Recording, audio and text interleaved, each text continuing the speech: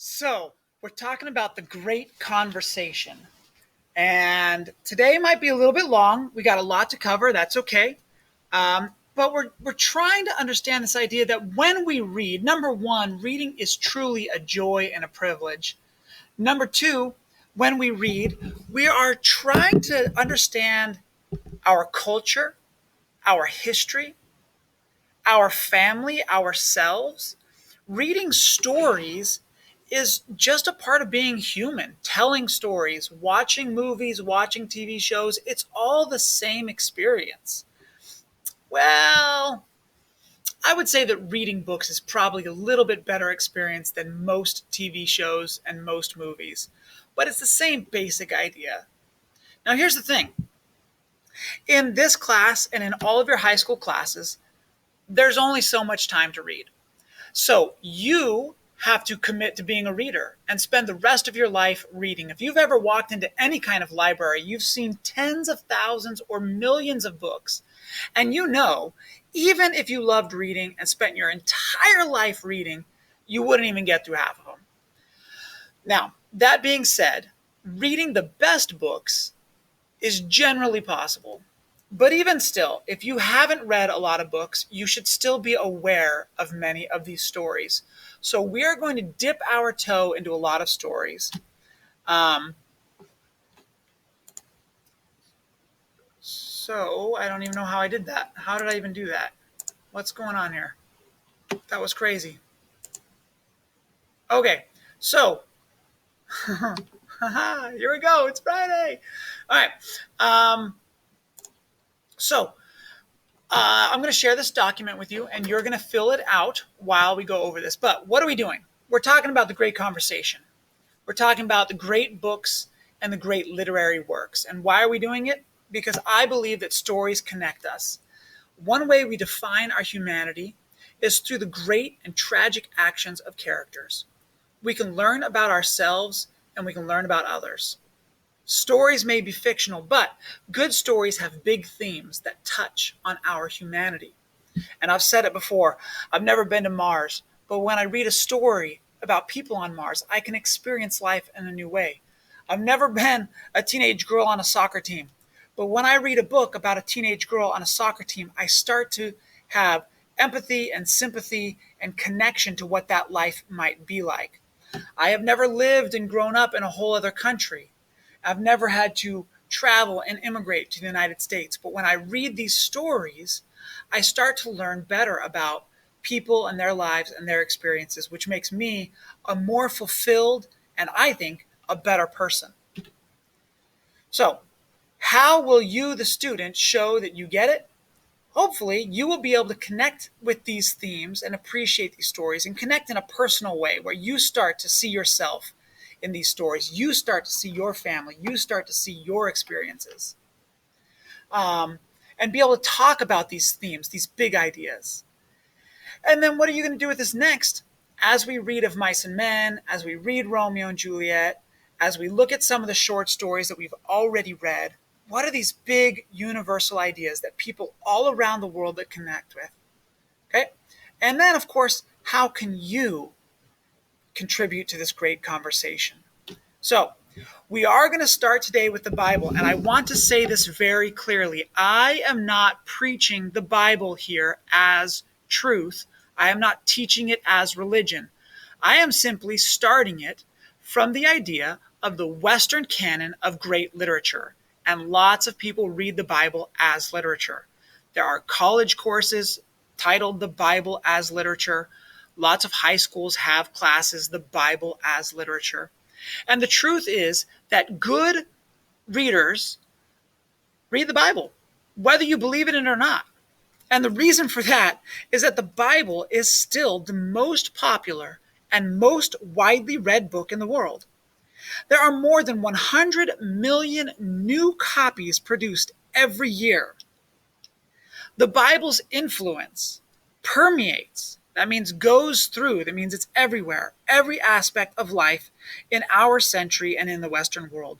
Laws, literature, art, music, architecture, morals, and of course religion. In fact, three of the major religions, and we'll talk about that in just a minute. Many of the Bible's words and phrases are part of our current speech. There are allusions to the Bible throughout all kinds of history and TV and literature. It's a vital part of our total cultural heritage. Okay, so uh, the Bible has been translated into more than 1,000 different languages and dialects. So the Bible is truly crucial and important, whether you believe it or not. And it's not about belief right now. It's about being familiar with the stories. And so let's start where the Bible begins, Adam and Eve. Who wrote it? Moses. It's in the book Genesis. And when was it written? Well, there's people who disagree and debate about this, but about 1445 BC, okay? But even that, we're talking about the story takes place, 1400 years even before that. It depends on when you believe the earth was created. But anyway, all right. So, what is the story of Adam and Eve? Very basically, God creates Adam and Eve. Life was perfect in this perfect garden. And then the devil, which in the story is in the form of a snake, convinces Eve to break God's rule and eat of a forbidden fruit. Because Eve ate this fruit, she then convinced her husband Adam to eat this fruit, and Adam and Eve broke the commandment of God, and so they were kicked out of the Garden of Eden.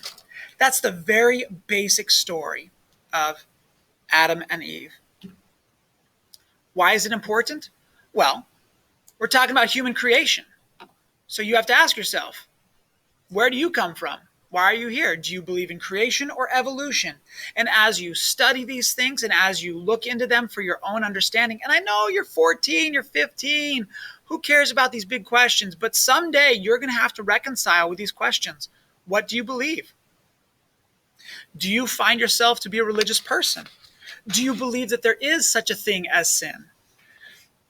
Every creation story has very parallel themes to this. So whether it's the creation story in the Bible or creation stories throughout other cultures and around the world, of which there are many, and even stories like the Greek mythology have similar kinds of creation stories.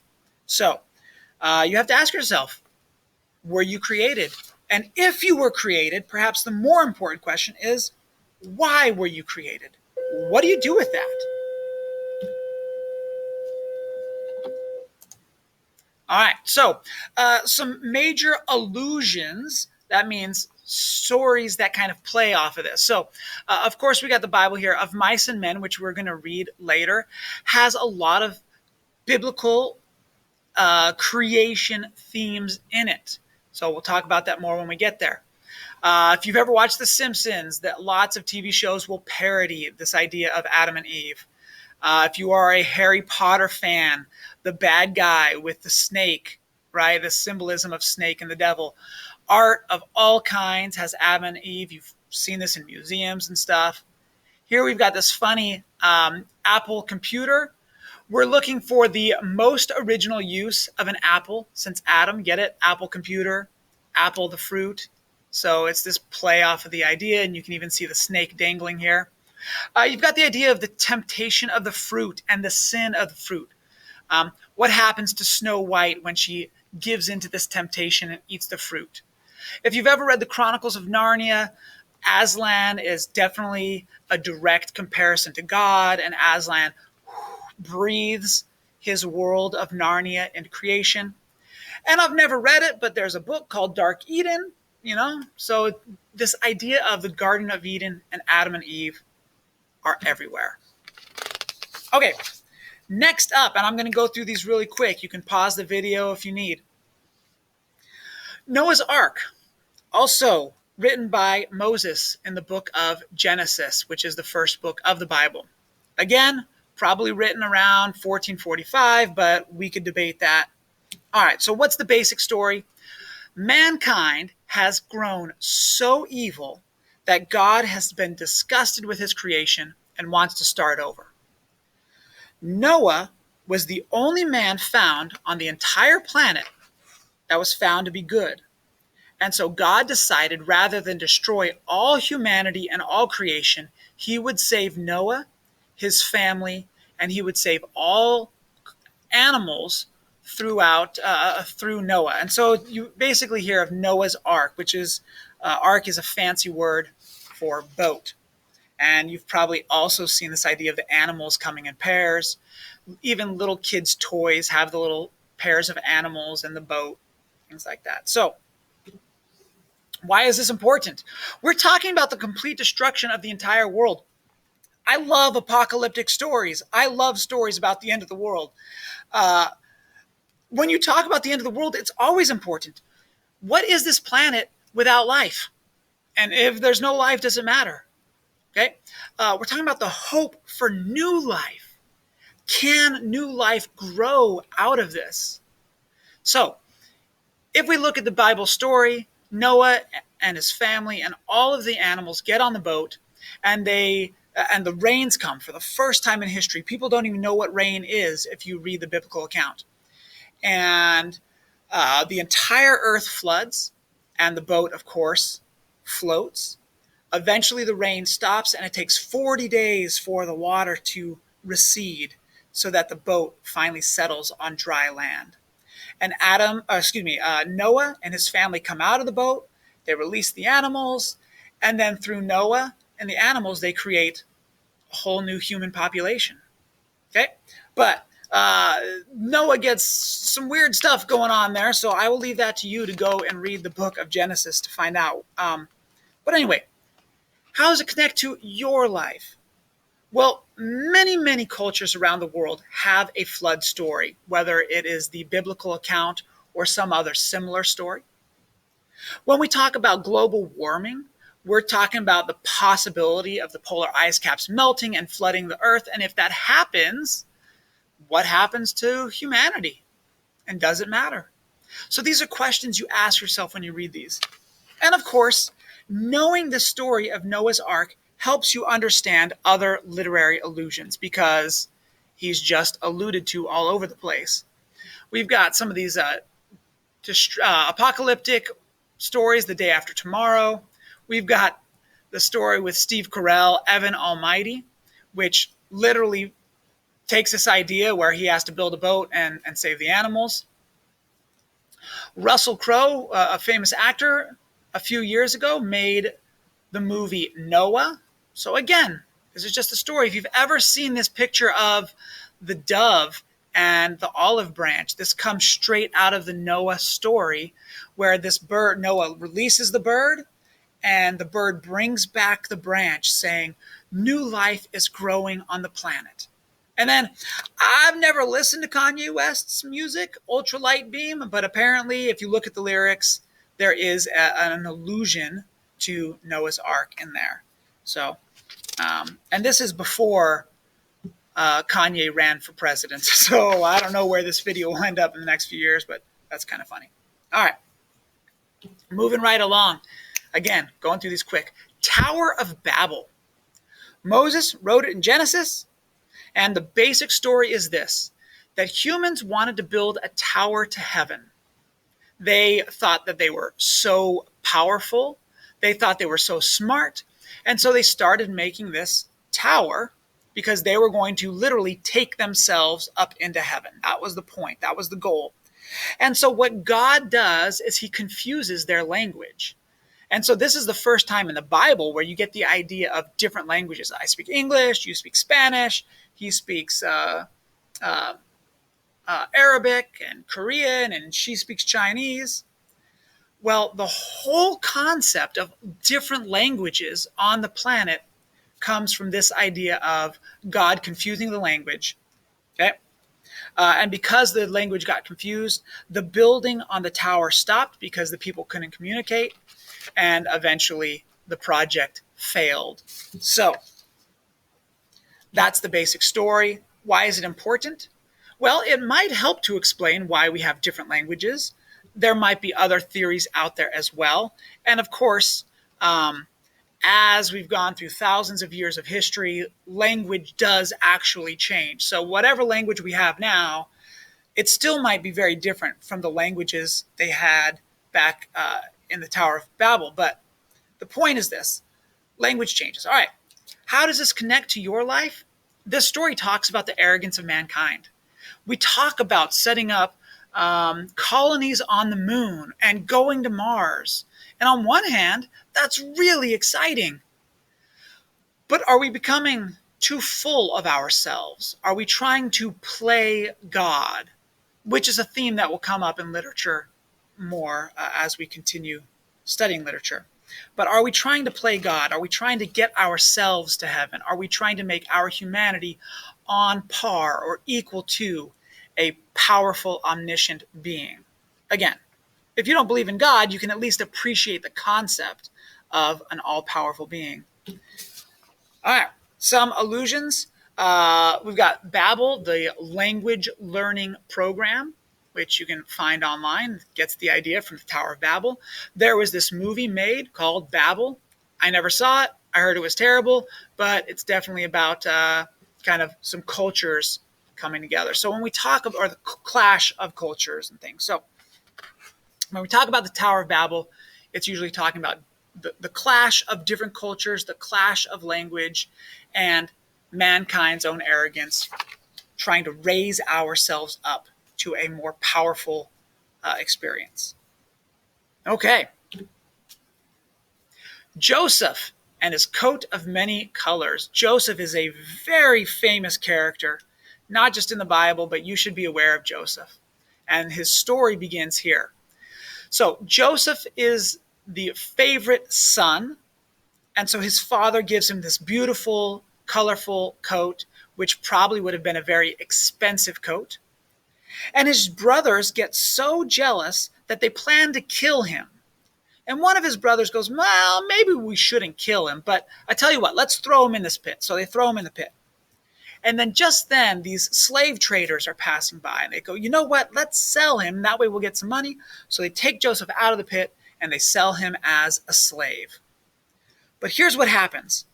Joseph, as a slave, he starts gaining power. He starts showing how he's such a good worker and such a committed person, and he raises up in power in the country of Egypt.